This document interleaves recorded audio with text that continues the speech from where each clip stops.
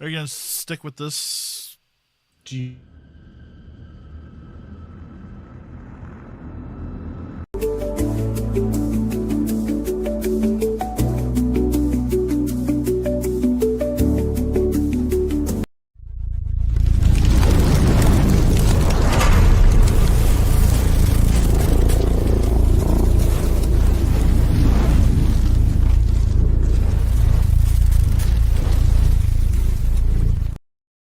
All right, ladies and gentlemen, welcome to Leftovers. We did a speedy intro. What are you doing, Matt? Hot. Oh, I hate that music. I did it on purpose. I'm exposing our secrets. I know. That's why I did it. Anyway, yep. Nathan, I love just giving Nathan heartburn. Anyway, hello, everyone, and welcome to Leftovers. I'm your host, Sean, and Matt is the temp GM, apparently still, and usually he's PowerPoint guy, and Nathan is our distinguished guest host. Nathan, he has to get the hosting itch when he gets to interview people once in a while. You got to let him get that hit and get on. Our guest today is HODAG RPG. We're welcome to have you. Say hello, HODAG. Hello, everybody. Hello, everyone. And we're glad to have you on. And we're going to give the time to interview this great artiste. But first, we're going to let Matt PowerPoint us. Hey, howdy, Darcy. That's right, Matt's PowerPoint. Hey, just wanted to let everybody know what's coming up. Next Tuesday is our 4-year anniversary bash. We'll be partying and reminiscing and drinking lots of hot dog water. So come out and join us. It'll be live. And then next week, we have a special guest on the show, Mage Hand High Five. And we've got some other folks that we're trying to get scheduled for the rest of the month. So we've got more folks that are coming on board. And that's all I've got this week. Oh, wait, I forgot. We just released episode 28 of our Dragonbane actual play. We only have 22 more to go. Yeah, only 22 more to go. Only 22 more to go. We're cresting the hill. Yeah, so please, if you want to learn more about Glam Sack, definitely tune in and you'll be able to learn more about it. All right, Sean, back to you. Excellent episode with great technical expertise by Nathan and sound effects. I will say that, and that is absolutely true. That is Thank not you. joking. Appreciate it. So, oh boy, I'm actually be able to catch this live. Hey, Dorcas. Hello, Mr. Dorcas. So good. So, anyway, on to the HODAG. Anyway, so you're an Ernie Award winner Sean? too, right? No, I'm just something unrelated just popped into my head. Are you an Ernie Award winner, sir? Have I won an Ernie or an Emmy? Emmy, that's it. Emmy. Yeah, is that? I haven't won an Ernie or an Emmy, but I have won an Emmy. I've got the hardware. Emmy, that's it. So yeah. And that was for Barkeep on the Borderlands. My meager contributions to an all-star cast there, but yeah, I am a proud Emmy recipient. So that's pretty cool. It is pretty cool. Yeah, I mean, and I don't know where I gleaned that from, but it was I don't know if I got that from that interview with Paul or how, but it came up in conversation, so I wanted to give you credit for that. Thank you. Oh yeah, sure. Yeah, I mean, yeah. Listen, I ride all kinds of coattails. So there's a couple of projects that are coming up this year that it's very possible. Fingers crossed that they're going to do very well. Not just in that space, but I think in pop culture. Kind of the tabletop sort of milieu, and I feel like so this there might be more large projects that do well. So I'm very excited for those that I'm part of. So I'm very happy. But one is enough. So none is enough actually, but one is great. So. That is, but that's one more than any of us have. That's awesome. And hey, what? I'm all about riding coattails. So sure. So just jump on there, glue yourself to that coattail, and ride it to the sky, my friend. All absolutely. Right. So I'm just curious. So how was your exposure to RPG game, TTRPG game, and what about what age and what game system did you first latch onto? Well, it's kind of an interesting backstory. I guess they all are interesting backstories, you know. But the way that I got into the first role playing game book that I ever bought was the Star Wars A New Hope source book from West End Games. I had no idea what a role playing game was, and I just liked Star Wars. So I went into a comic shop in probably 93, 94, and got that and just would flip through it because it had the whole codex in there of like the different, like, you know, told about Aunt Beru and Uncle Owen and stormtroopers and Luke Skywalker. And so I was really excited about that. And actually that book, the illustration of the stormtrooper, taught me how to draw stormtroopers when I was a kid. So I was about 7 or 8 at that time. And so I just copied that stormtrooper picture in there about 800 times when I was learning how to draw. So that was a very formative experience. But I didn't actually start role playing until the year 2000. I just started a new school in Sheboygan, Wisconsin, and I didn't have a group of friends yet. And one of my friends that I made was like, "Hey, I know you like Lord of the Rings. Have you ever done any role playing? Do you know anything about Dungeons and Dragons?" And I said, of course, no, I don't. And so there was a big community sort of, what's the word I'm looking for? Like a fundraiser for Habitat for Humanity called Shantytown. And where you would like raise money and then you would go and like sleep in Fountain Park overnight.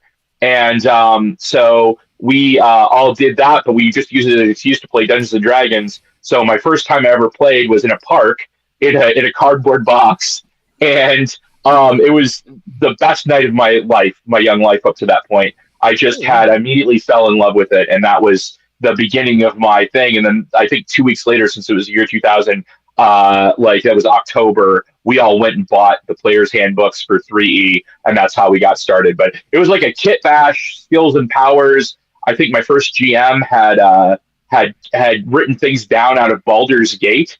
I think, and we had arms and equipment guide and the skills and powers conversion kit. And those are the only things that we had, and 2 sets of dice, because you could just go anywhere and buy dice back then. So but yeah, so a very humble beginning, but yeah, I was immediately hooked. So well, that's pretty cool that, you were living the hobo life for a bit of the night. Yeah. When you gambled, all you needed a smuggler and you would have been set. That's pretty interesting because you start with artwork before gaming, which there's a friend of ours we game with who big artist, at the time. And I think he started doing artwork before he started gaming as well. Malcolm, I think it's Malcolm did that same path, interestingly enough. But so you took that love of, you're doing your sketches and your art, and it seems you managed to merge that with your gaming love of the gaming, and you've taken it on this journey to where you're at today, which I think is pretty impressive. Thank you. Well, it's natural marrying of two things you like, and and I think it's great you've kept up at it. Now with your artwork, did you find so you started with D&D, did you stick with did you start with like fantasy art and while you were doing D&D, or did you just branch out as you were doing that to others like sci-fi genres or like anime stuff or anything like that? So it's kind of funny. I'm a big comic book fan also. Okay. So I kind of dreamed of becoming a sequential artist my entire life. And then I was pursuing that path for a long time. But it just never really came together, just the way that comic books are. I mean, I was already several years behind the curve because I do everything traditionally, pen and ink. And so I wasn't doing anything digital, and I don't do anything digital because I'm a Luddite and also kind of a cretin when it comes to artwork. But call yourself a purist, man. Call yourself a purist. Yeah, right. Yeah. Well, the old ways is the best ways. You come out of California way. No, but yeah, no. I feel like the old prospector sometimes. But yeah, I mean, it's it's kind of a weird thing where I was doing a lot of chasing that kind of path, and I dream of winning an Eisner, and then I give that up. in the late 20 teens, I decided that I'm entering my 30s and mid 30s there, and I was like, this isn't working out for me. I don't necessarily want to do this as much as I thought I did. And sometimes failure is the best teacher. And I'm like, I started really, because I'd done some illustration work before and things like that, but I got pretty serious about it around 2018, 2019, before I started posting online and stuff. And so I started doing a lot more of the sort of illustration type work.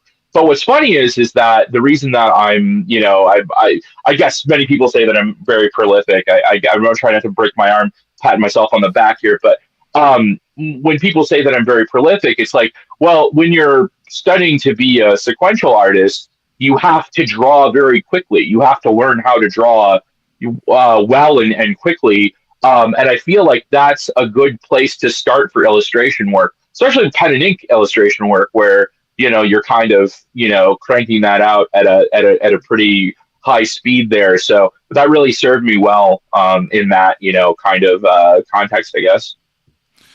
Yeah, just to latch on to that a little bit, we had Chris Prodowski on a few months ago. He's the founder of the Titmouse Animation Studio, and he was talking about that, like how you, like when you're creating art, it's something that you really want to have to be doing like all the time. Like you just live it and breathe it, and it's really something that kind of consumes all of your free time. It's not like something you I'm gonna put that down, I'm gonna go do something else. If it's your first choice of the thing that you want to do. So that seems to be kind of a common theme with the visual artists that we've talked to. So absolutely, yeah. It's like I always say, it's something that even if no one was hiring me to do anything, and even if no one was paying me,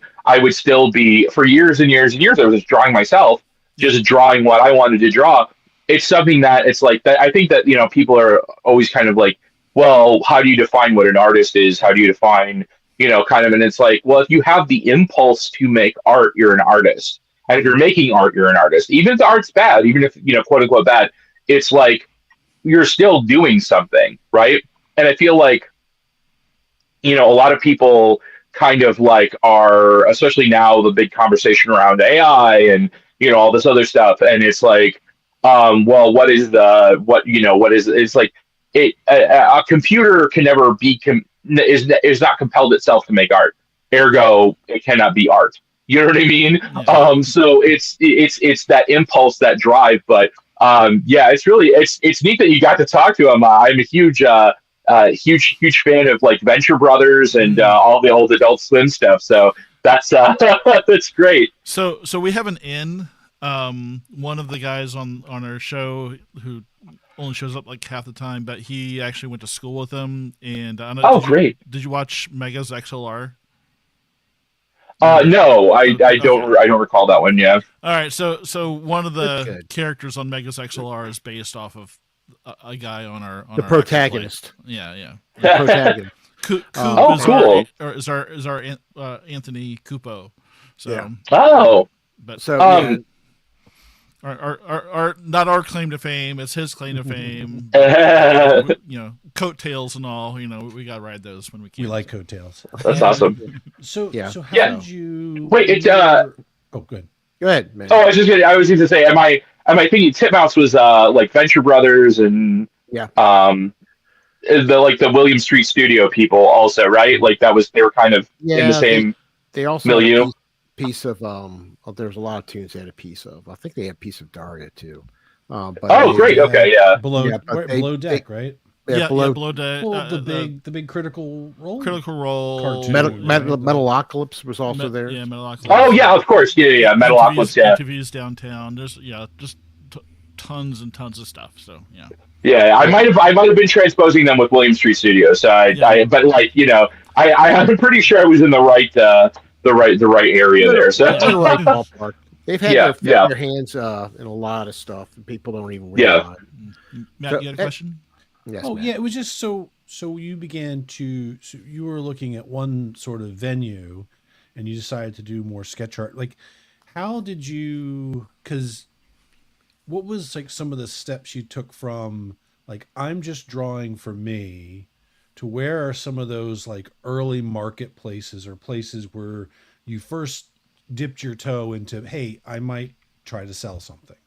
Like what were, because it used to be like for our friend it was cons. You'd go to the con, you'd try to sell your artwork, right? You know, and but I know there's probably other ways. Like how did you decide, or what were some of the ways that you kind of realized, hey, I'm gonna do this, I'm gonna sell stuff? I had a couple of contacts, I guess, that were kind of, I was adjacent. I mean, I was a big fan. Obviously, I'm a big role playing guy, so it was just one of those sort of natural. I know a few people, but not anybody that was like real influential at the time, at least. And then, it was kind of like just the jump that I had. I got brought on to two big projects in 2020. One of which was I got connected up with through a mutual friend to Ava Islam when she and everybody else was doing Errant, and then I also got connected up with I cannot for the life of me remember who did it, but it's Dungeon Masters Guild product that's called what was it? Old School Guide to Dungeon of the Mad Mage, were like the first two big projects that I worked on in 2020. And then, of course, like actually, I was going to I had tickets, had a whole plan where my family and I were going to go to go up to back home to Wisconsin. I don't live in Wisconsin currently, but I'm sort of an expat. But we were planning on going back up there so I could go like start looking for work and go to the Saturday Gary Con in 2020, and that got canceled, of course. And so I spent the lockdown basically just kind of stumbling from one thing into the other, and that kind of that's kind of how it snowballed from there. I made good contacts and a lot of good friends with the people that made Errant, and then continued on, and I've been lucky to have keep going with a lot of those people. So. And a lot of different other people too. Well, that's good. That's very good. Yeah, it sounds like the lockdowns you made a go of it, and you did well. Congratulations on that. Thank you, Nathan. Yeah. So I initiated this conversation, and like the nice thing about having a podcast is when you're not driven by, when you're kind of running it yourself, you can just pick who you want to talk to, and if they say yes, then it's like fucking win. Okay, so thanks for hopping on. And the reason I was interested is like I look at your stuff that I've seen like in some of the published areas, and then just the stuff you post on social media, like on Blue Sky and whatnot, and Instagram as well. And I look at that and looking at this the Wicked Forever King Hungers, and I'm surprised that you're the age that you are, because I look at this and I really I get like instant nostalgia from you do, right? You do. It's really it's palpable. It's like I feel like 13-year-old me who was not in the 2000s or it was in the 80s. Thanks, Al. And I look at it and it's it really just brings me back to the first time I start flipping through monster manuals and the old modules and things like that. Well, so like the original players handbook, like the little red and blue book kits. It's right, really like the picture of the Grail that like something out of Palladium too. Remember out of like the Fiend Folio. It's Fiend Folio. Perfect. It is. So like, your style really like. Have you heard that from other people that commented that your style kind of is reminiscent of some of those older all the time. Yeah. I very people have been very complimentary about my artwork and saying, they throw me out like, wow, your stuff is just like, Dave Trampier or Errol Otis or Errol Otis, some of these definitely. some of these things. But I'll tell you, so getting back to my pedigree, I guess with role playing games, I bought that first PHB, the 3.0 PHB.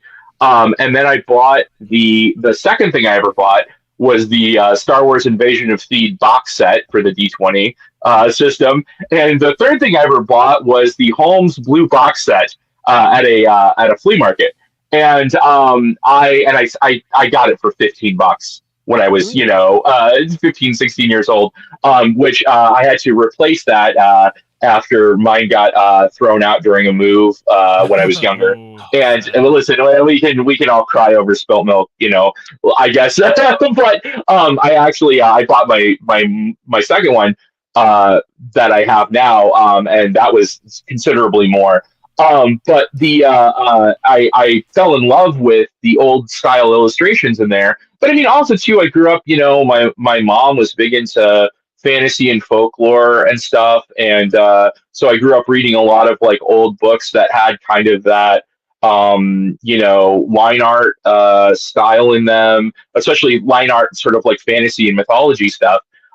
So the guy there, was Brian Froud when he did the fairies book, and we had the Port View, the David the Gnome, whatever that was based on, the Gnomes books, and we had the Irish Leprechaun's Kingdom, and all these like sort of 70s mythology sort of things when I was growing up, and I loved looking at them. So, and also too, I've always been kind of obsessed with old things though. Like as a kid, I got really into, I only wanted to listen to oldies radio until I was about 15 years old.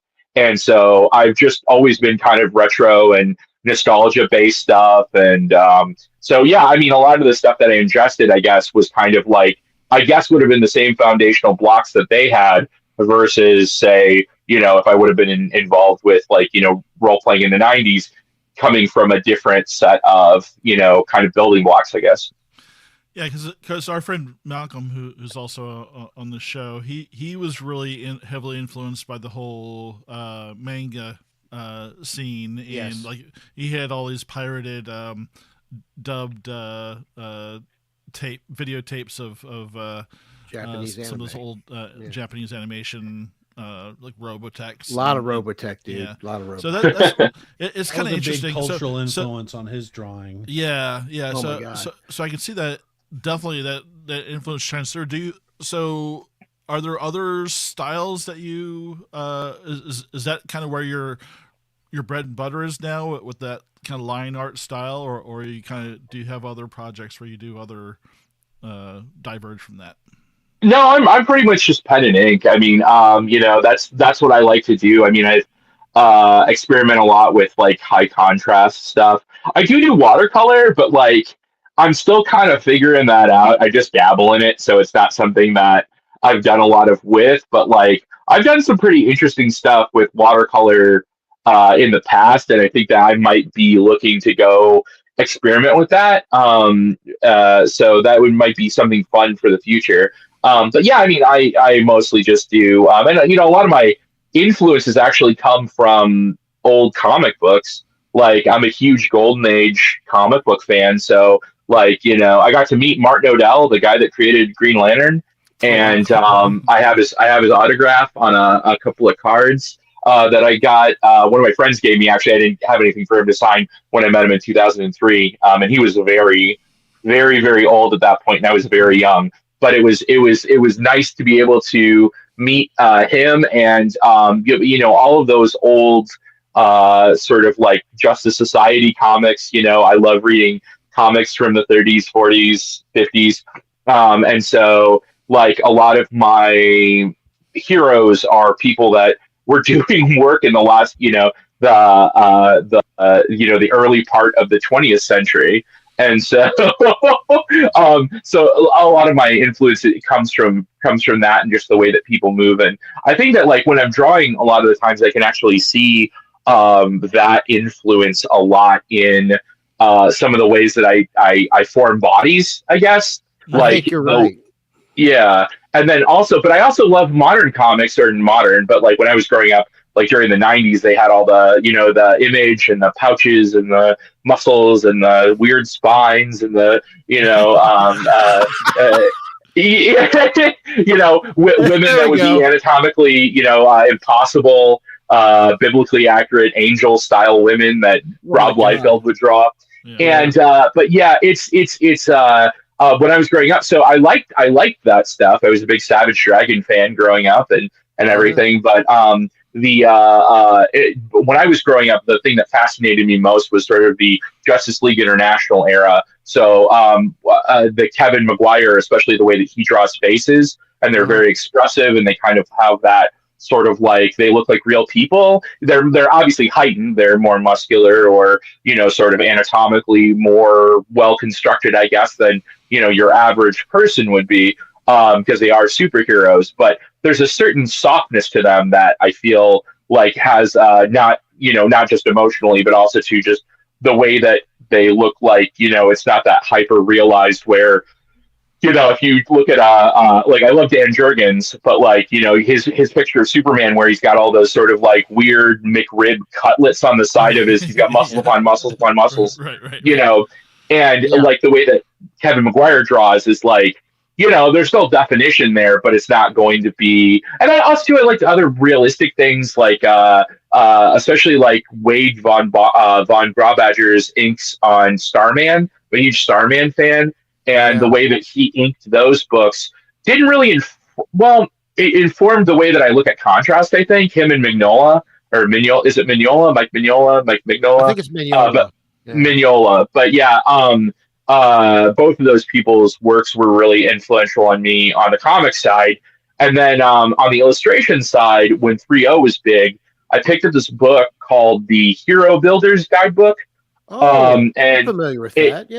Yeah. And one of my all-time art heroes, Justine Mara Anderson, did such wonderful illustration. I've been happy to have made contact with her over the years, and consider her to be one of my big influences in an illustration, because all of her work in that Hero Builders Guidebook was so beautiful. And there's this one piece in there that is it's the Dwarven Wizard, right? Because the idea of the Hero Builders Guidebook was that you could have every derivation of the third edition race class combinations. And so, but there's this picture of the Dwarven Wizard, something that I would never think to play in a million years, at that point, and I was looking at it, and I was like, it just hit me like this. It hit me like a 10,000 megaton bomb, this picture. And I was like, this is the most beautiful piece of art I've ever seen in my entire life. And it's a very simple illustration, but the amount of character and the amount of like just contrast, and it's just singular vision of everything in there just made me want to know everything about that character, wanted me to play a character like that, got me thinking about how other characters could be so, kind of thing. And everything in that book is phenomenal. But it's just that one Dwarven Wizard picture just kind of unlocked a whole world for me. I think, you're saying, when you talked about, let's go back, I'm backing up a little bit, but when you mentioned your references, and you mentioned the, DC universe of that era, it just pops in my head when you say that, because with your art, is, though it is retro in a sense, like Nathan said, there's nostalgia. There's a uniqueness to it. It is your own art. Thank you. It's definitely your own art. Because, I mean, I pulled up your 2013 the HODAG RPG, and I'm looking, as my research, I actually pulled it up again, and just to relook at some of the art, and I'm going, this is pretty unique. And our good friend Orcus is like making some good comments about it. It's like I put one up here, early Warhammer and White Dwarf art. There's that similarity too. You sort of captured something. Newer art, like you capture something with, I think, in fact, A, you do it by hand. B, you're doing pen and pencil.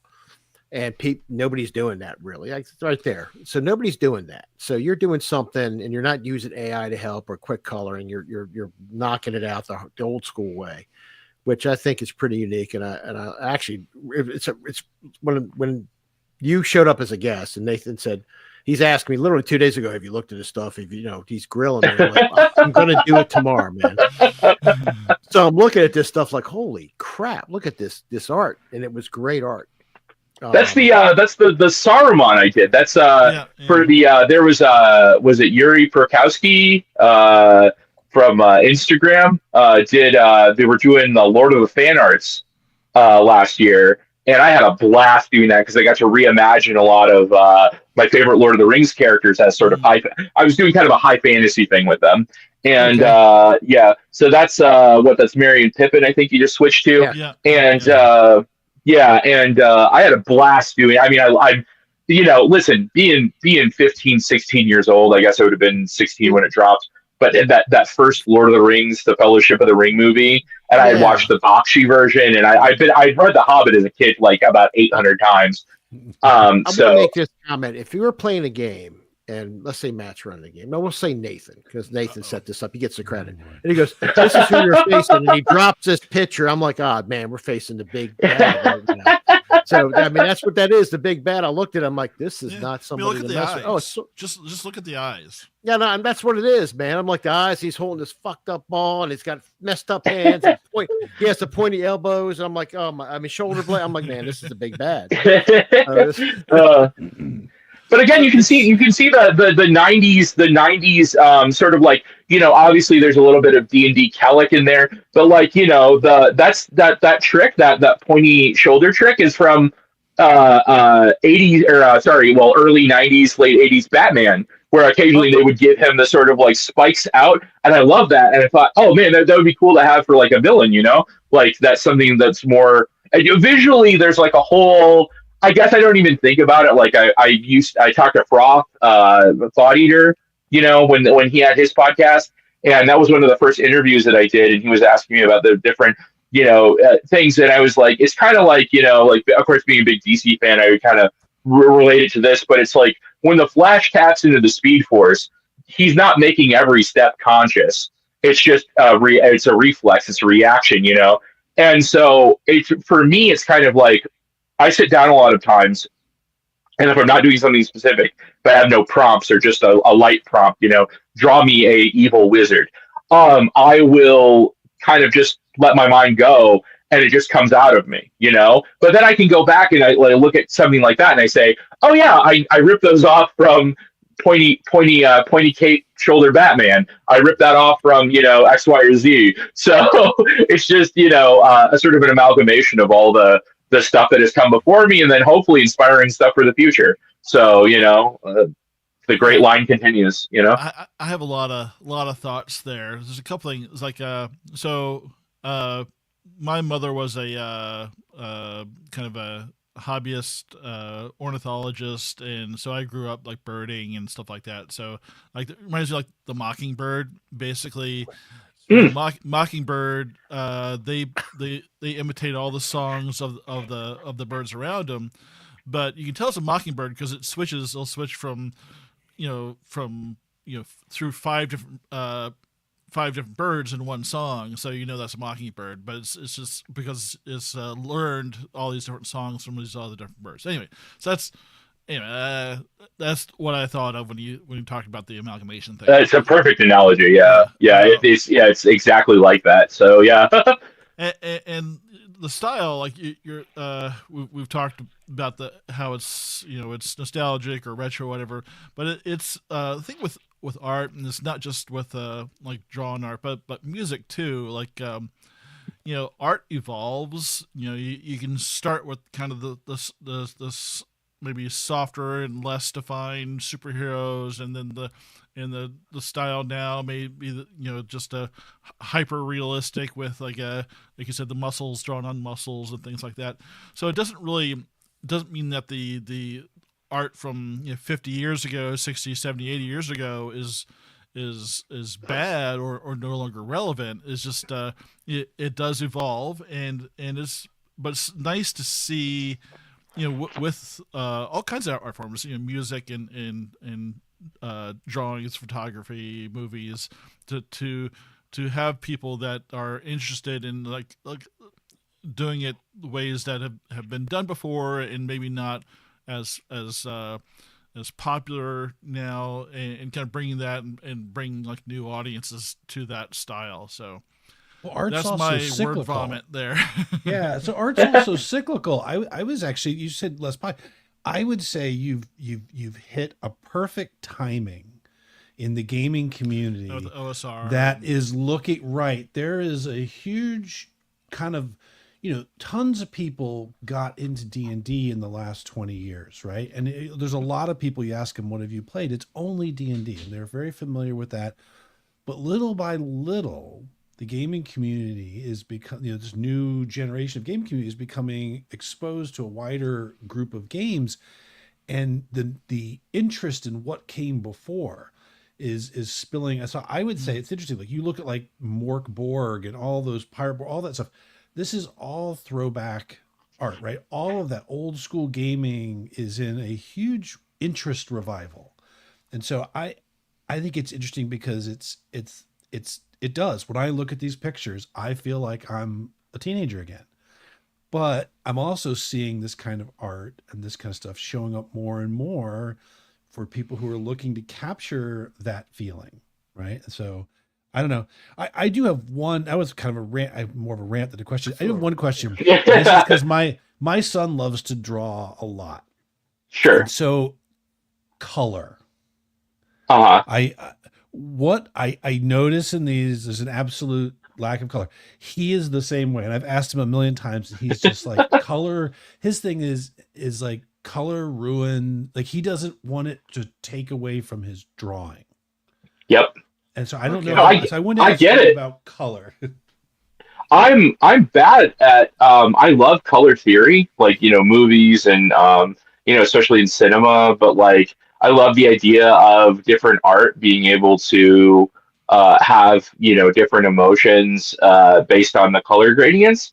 But I grew up during a time period where they were remastering a lot of things, remastering the Turner Classic Movies were being remastered in color. A lot of old stuff was receiving new digital reprints, especially in my early 20s, of old comics that were colorized in a new style, and they felt really bad and different. And I liked that old those old newsprint comics, because even if they were mismatched or misaligned or whatever, they had the choices that were made either due to technical things or just capability or whatever it was, whatever, just the artist being like, what, Grand Moff Tarkin, his suit is green. Gray doesn't show up like we want it to. His suit is green. And it was kind of like one of those things where I just have a problem making those choices myself. In Barkeep on the Borderlands, I did art. It was like I told Birdman, that's what I call W.F. Smith, the person that wrote Barkeep. But I told him I was like, you're not going to let me slide through with black and white art on this, and he goes, absolutely not. So I got out my markers and I said, okay, fine, I will, do this. And so there's one piece in there that actually is half of a piece, because there's another half of this giant street scene, and I fit a bunch of extra stuff in there where there was a Prince Valiant, and there was like a really tall Harley Quinn, and there was a bunch, and then I just recolorized them so we weren't going to get sued by anybody. But but yeah, I just am bad at it. I'm just bad at choosing colors, because I'll think that a color scheme will really work, and it just absolutely won't. And I'm just bad at it. I'm just bad at that. So, and also too, the nice thing about black and white art is I could send it away to 4 different colorists, get 4 completely different things, and they would all look great, I'm sure.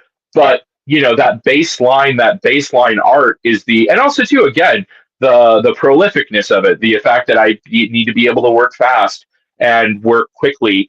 I guess that means the same thing. I don't know what I'm talking about, but the ability to produce black and white art, I choose the contrast. But I think like a sufficiently shaded or contrasted piece of black and white art can be just as thrilling and exciting as a full color piece of art. But the reason I don't colorize my stuff is because I'm bad at it, and that's just the truth. Fair enough. Okay, so I got a question. Actually, Yeah. Orcus has a question. Oh, sure. Up. So a question, when it is convenient, it is now convenient. When dealing with RPG commissions, do you prefer a detailed concept from the author for the scene portrayed, or just give you the scenario or whatever they suggest for the art, which inspires you? For the love of God, just give me the scenario. Just give me the scenario. I don't need. I don't need. And honestly too. Like, okay, so if a person wants me to do something specific, right? That is okay. That's totally fine. It cuts it cuts my stuff down. So it. What's the word I'm looking for? I don't want to say it cuts out my ability to just sit down and make, and that's fine. But it's like I can do it. But like I also know what you're talking about usually, and if not, I can do my own research about what your things. For instance, I did some work for Hive Mind for sort of a bubblegum crisis thing, right? And so I had never got to watch any of that, and I did Mechs for Traveler recently for Arcane Sword Press. And so I wasn't like around the same time actually, which was pretty cool. But like I was watching a lot of 80s anime, 80s mech anime, 80s and early 90s. And I loved it. And I got so immersed in that stuff. And I was able to kind of synthesize that. But had it been this very specific, I need you to take this Gundam model kit and this from this Gundam model kit and this from this Gundam model kit. Usually that works out okay. But it was like when especially during the sort of lockdowns and pandemic, a lot of people were hiring me to draw their. I was doing a lot of character commissions, and they would send me a hero forge of their mini, and that was kind of great because I could synthesize what they were going for in the mini, and then kind of put my own spin on it. But usually, for me, I love to work quickly, and I love to have freedom, but I can work from specifics, but I prefer not to personally. Now I know other artists that are like, give me as much information as possible. So I guess it just depends on the artist. But for me personally, please just let me go into the ball pit and play for a little while. You know what I'm saying? Yep. Yeah, you seem to have a lot of passion about that comment. About that sorry. I no one likes to be micromanaged. No one likes to be micromanaged. Yeah, about to say, Matt's the one's going to sit you down and give you the detailed thing. So, but Nathan will give you freedom. Nathan's that type. Please hold my hand harder. It's not like I'm trying to draw here. Again.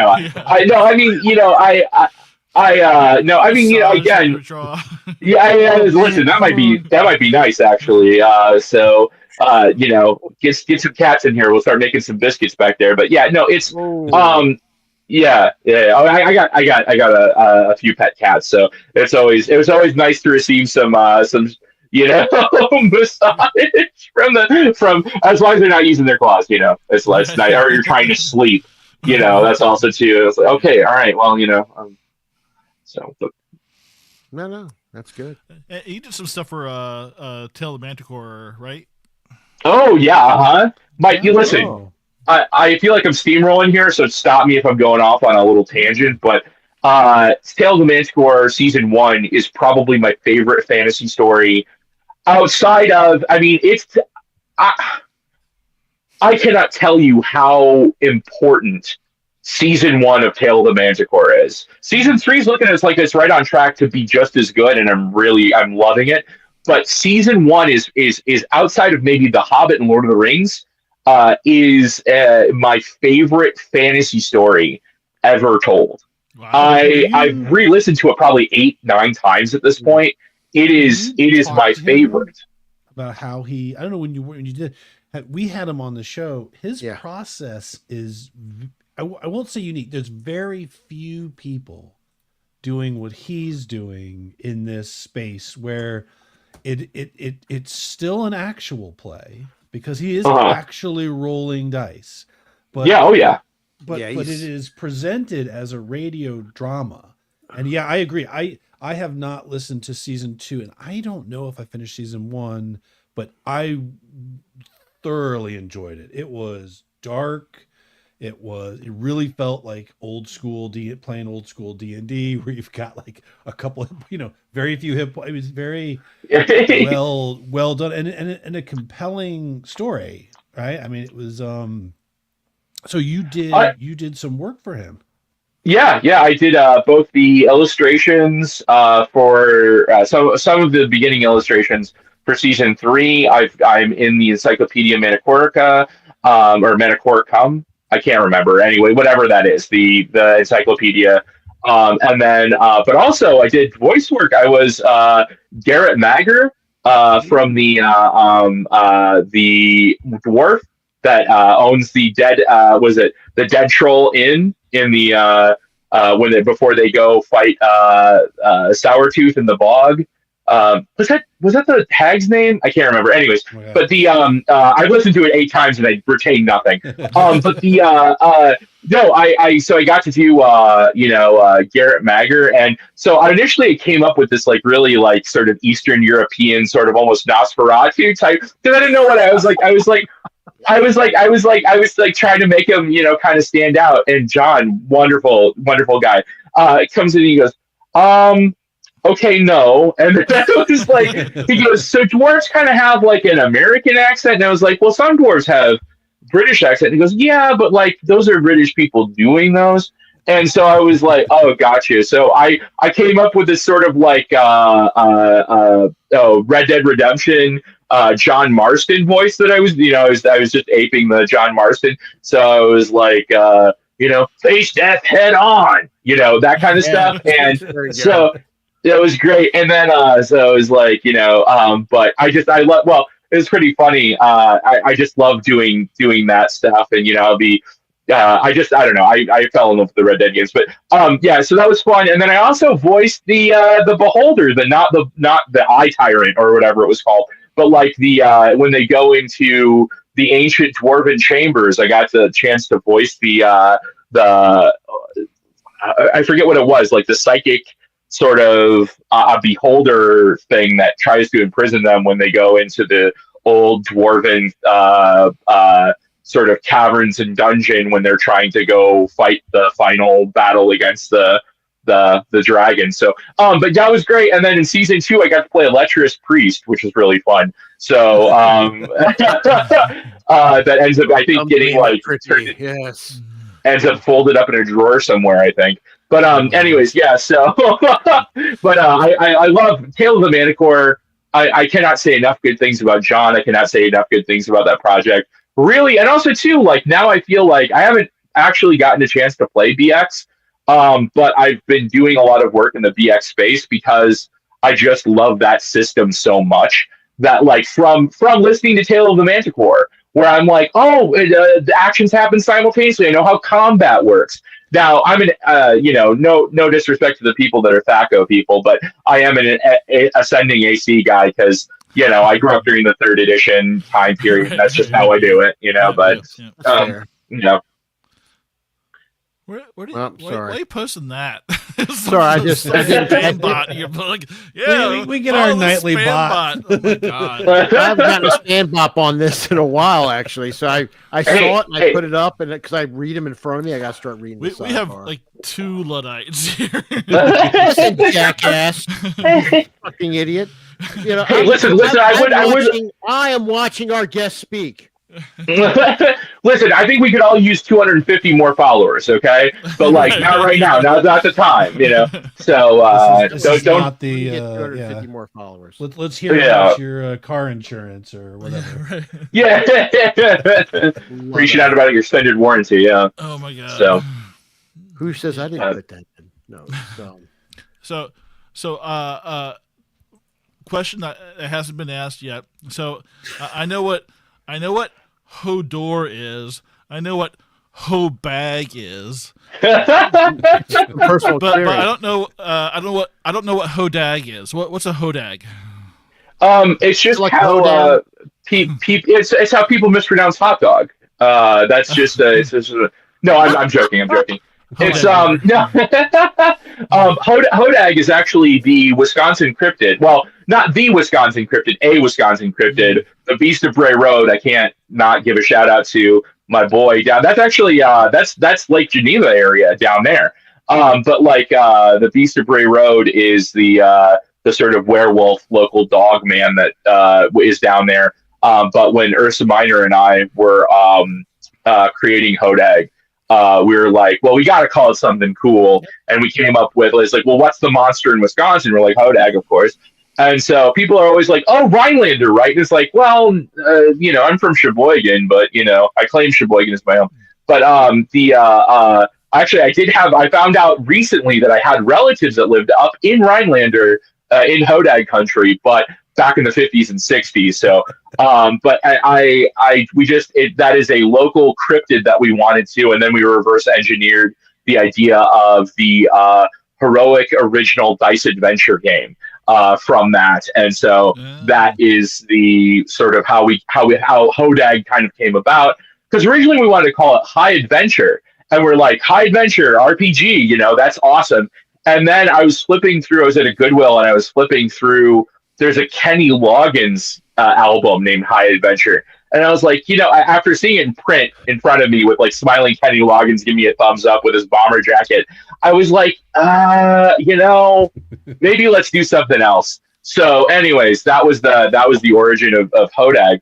But then, unfortunately, my friend passed away shortly after we wrote the game together. And so that was really sad. He was my creative partner. And, it just was a very sudden death, shock, wow. Very shocking and broke my heart. And I lost 2014, the entirety of 2014 to grief, I feel like. But, after that, when I was getting back into the space, I named myself HODAG RPG after our last project together. So I could kind of carry a piece of him along with me as we kind of went. And that, and then when I started doing actual stuff in the space, that was the sort of like, that's how I kind of chose that as my sort of moniker to bring my friend along with me. And so that's where HODAG comes from. That's a good story. Yeah. It's sad, not just art. Oh yeah. So yeah, it's not just art. It's also you have games as well. Yeah, I mean, some are better than others. Let's get that out of the way here. But that's a vehicle. Listen, man, that's a vehicle for your art. It's okay. It's good. Yeah, it literally is. I mean, so my best games, I'd have to say, are Hypertrench, the original Hypertrench trilogy, as I call them. And Escape the Hypertrench, Survive the Hypertundra, and Destroy the Hyperterminal. It's stylized, so it's like the first word is as an exclamation point, and then the rest of them, and then an exclamation point. But it's sort of a weird cross between the old Dungeon board game and the old Escape the Death Star game. But not actually like either of those. It's like a weird point crawl where you roll 2d6 and then you add your group totals. So each character that you generate in your little party there gives you a +1 to charm or luck or combat or whatever it is. So that's really fun. And I love those games. I still play them all the time. I made it for me. I make all my games for me. Then Beneath the Dungeon Floor is a sort of a 1d6 dungeon crawler. I call it a luncheon crawl.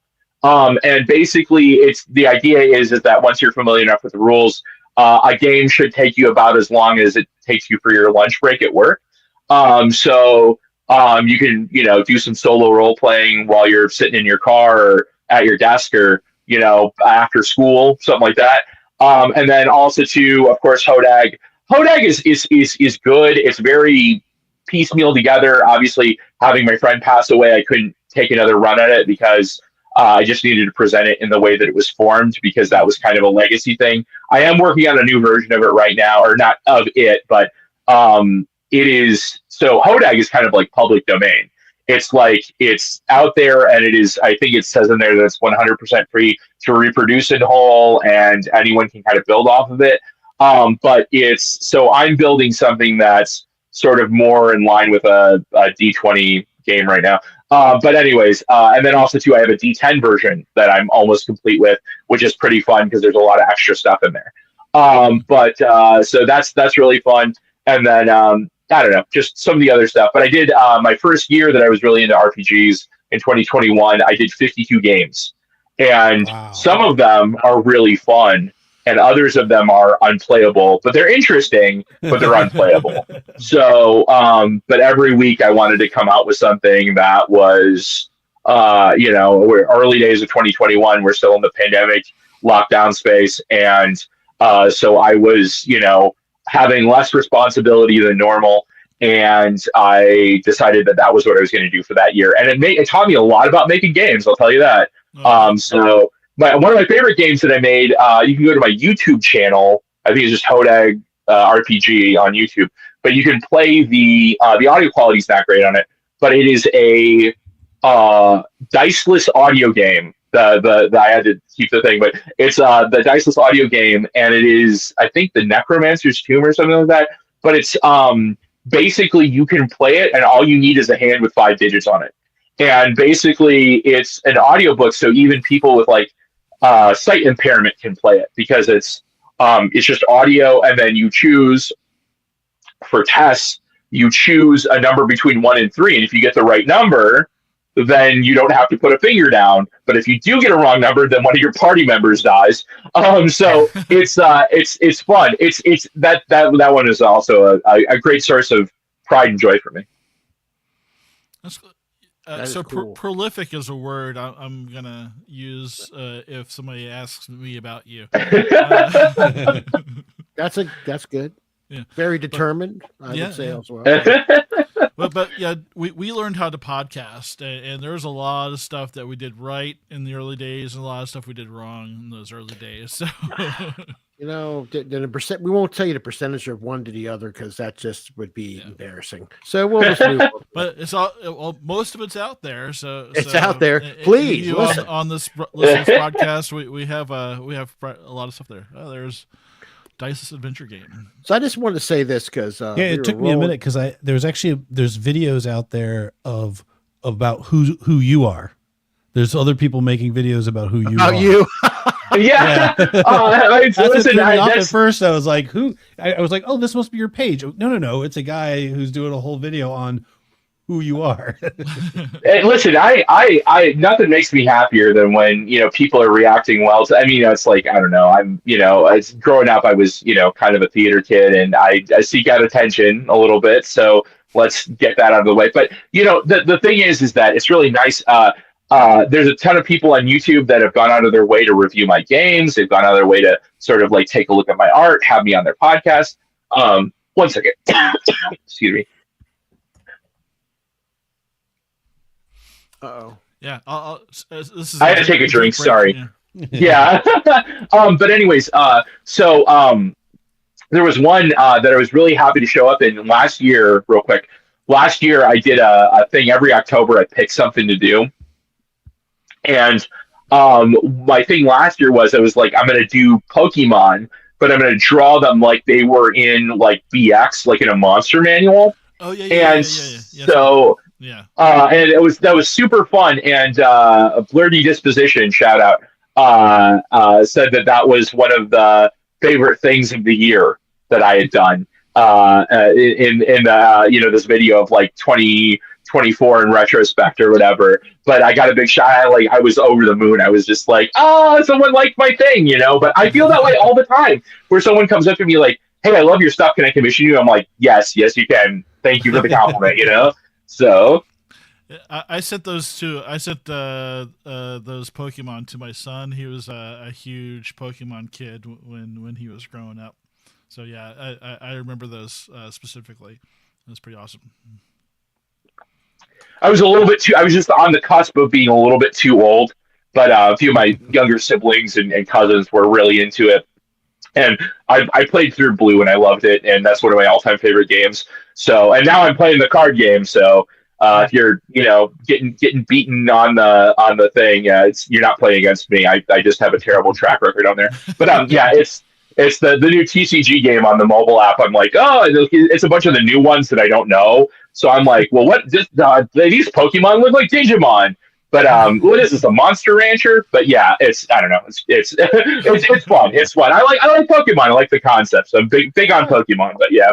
So yeah, my son's just getting into Magic the Gathering, which is another oh no, or Magic the Addiction. But he has a but not my friends years ago is called that who played it, and he has an allowance. He went to buy some cards, and my lovely wife Kirsten takes him someplace and. Spend your money. And he goes, hey, listen, how much is it? No, listen, she goes, it's $100. And he goes, that's a lot of money. She goes, well, you can spend it. Or, she gave him the choice. Say, I want to think about it. And I was like, oh, thank you. Yeah. Thank you, Lord. Thank you. Please, Jesus. we dodged the bullet. Like when the kids were younger, I went out and bought some, like the Pokemon, a couple starter decks, like the mat, the whole thing.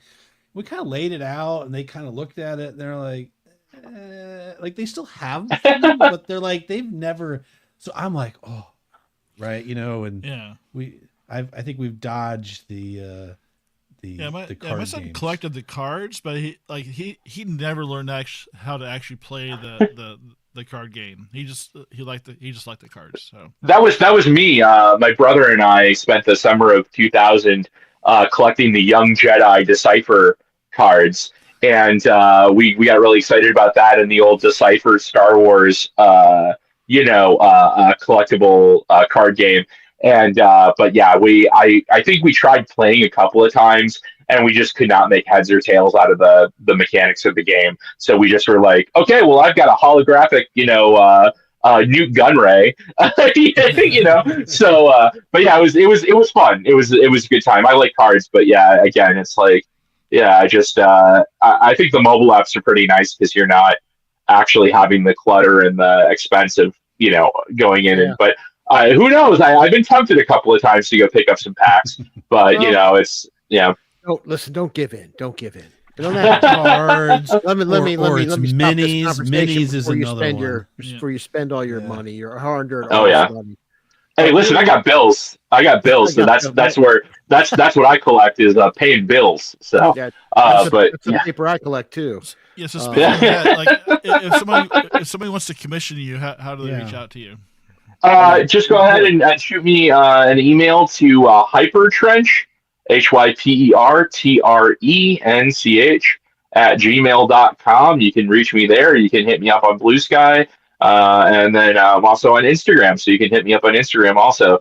So, but yeah, those the best way to reach out. Just shoot me an email to hypertrench@gmail.com, and we can get started. And I work fast and cheap. Good is in the eye of the beholder, but fast and cheap are what I aim for. So $1 million. That's fair. Yeah. So I want to say that's like Sean, fast and cheap. So like your mom. No, I'm sorry, just kidding. Oh, got him. Get him. So, yeah. Sorry, I think we all have dead easy. moms. The opening was there. Yeah, I think we're all there, man. The opening was there. So, but he's easy to find. If you literally type HODAG RPG, all sorts of things pop up on your searches. Yeah, all kinds of weird stuff. Not like that. Just don't leave your filters on. Hey, I do. I'm known for search too wrong. I'm just saying. I keep my footprint pretty clean, guys. I just let you know that I try to avoid swear words like the plague, and all my stuff is PG, maybe TV-14, somewhere in that range. I do a little bit more with I mean, because like in fantasy illustrations, like boobs and butts and stuff, that's gonna happen. But so I actually have the Mythic Illos imprint, which I haven't used yet, but in case I ever travel farther than I want to into the sort of more barbarian fantasy type stuff like that, that's a little bit more stuff that wouldn't be necessarily family friendly. But most of my stuff I try to keep PG. So, but yeah. No, that's Good for you. That's good. Yeah. Not, Yeah. it's not our style. But Well, I love all the other stuff. You know what I mean? Like I love Brahm, I love Frazetta, I love all of those, really great stuff. But for me personally, it's just kind of one of those things where it's like, I mean, again, like I'm not opposed to it. It's just one of those things where it's like my stuff just tends to, by its very nature, tends to be more family friendly. So don't let Nathan press you into that dark corner. Yeah. He will. Yeah, twist my arm. We ran How a are very you drawing feet? Just yes. Yeah, We have a website, by the way. We'd like you to draw for. okay, all right. Listen, I'm open to the idea, but yeah. So we're going to close on a few things, but is there anything else you want to mention besides your art before we close out? Yeah, I guess if you're giving me an open platform, I just want to say this.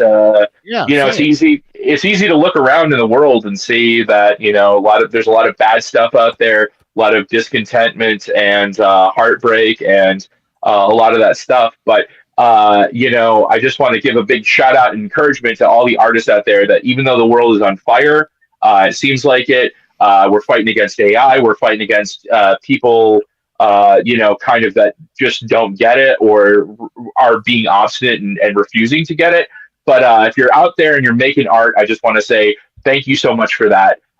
We need more artists. I know that STEM has really overtaken a lot of the schooling that we've received in this country, and that's great. But the arts and the humanities, read more, draw more, talk to more people, and get involved locally with your community. Because I mean, honestly, that's what it's all about. Don't forget to be a human being. We exist in meat space also, and you got to share the world with everybody else. So just try to keep it good, but keep making art and keep just thinking about things and enjoying your life in a way that makes sense to you. But please read more, draw more, paint more, write more, do more stuff. Be creative. That's good. Yeah, very well. Yeah. Good soapbox. Matt, That's my soapbox. Yeah. It's true. It's like it's right. Matt or Nathan? I think I pestered him enough and did my rants, and I don't think I really need to keep talking about the things that really interest me, like podcasting and audio and microphones. I think that all that talk has been done, and he's about to start talking about and that. On that bombshell, we will now end the and on that bombshell, we will end the podcast. Love you all and good night. And thanks for having me. Good night. Thanks, guys. All right, it's very good, Nathan. All right, guys, love you all. Take care now. Peace, love, and bubblegum. Good night. There you go.